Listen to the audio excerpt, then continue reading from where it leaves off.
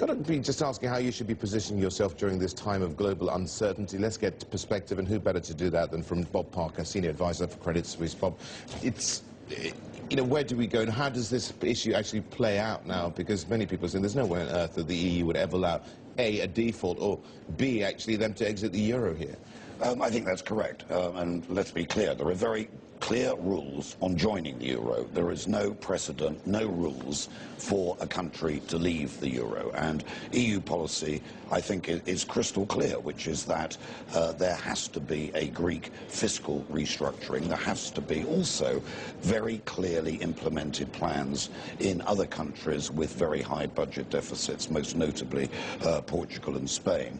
I think there is also an EU focus on what I would describe as the success story in Ireland, because you and I were having this conversation 2 or 3 months ago about Ireland, and if we look at, for example, it was longer ago than that, actually, Bob. Well, I think it was probably a good 6 months ago. Right, but then the Irish plan came in, and it's achieved credibility in the markets. And if you actually look at Irish CDS spreads relative to Greece, Greece spiraled out to close to 400 basis points. We've come back in a little bit, but very marginally. Very different, though, aren't they? They are totally different, yeah, in terms of you know, how they've handled the crisis, what the overall level of debt is. But my point is that the Irish budget deficit, which was under extreme pressure, the Irish banking system was under extreme pressure as well, and the Irish have actually successfully regained market credibility.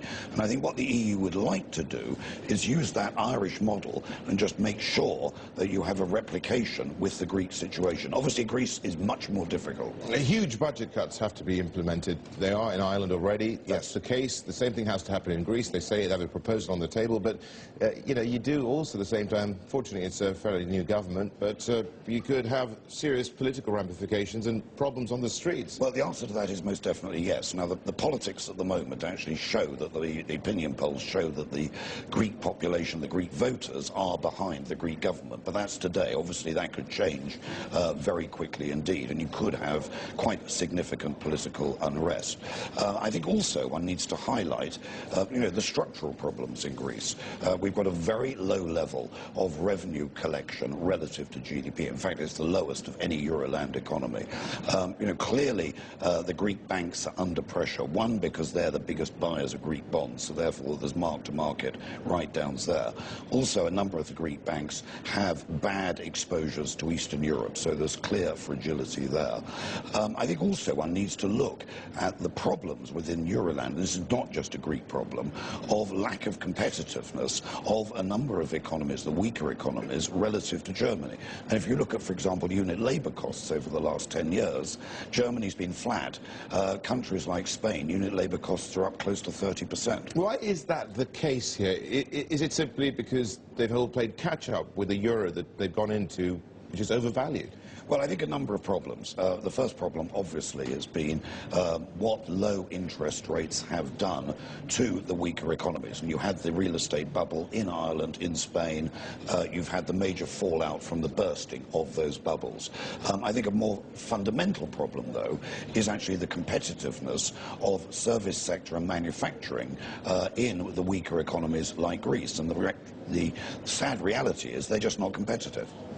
Very quickly, you know, how do these problems go to Spain very quickly here, you know, in terms of their budget deficit, and how will it play out? You can't have I think the first point is that the debt problem in Spain is minor relative to Greece. Now, debt in 2011 is going to be 74% of GDP.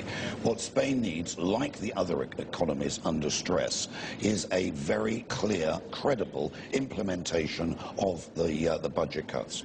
Well, great to see you as ever. Bob Parker there from Credit Suisse.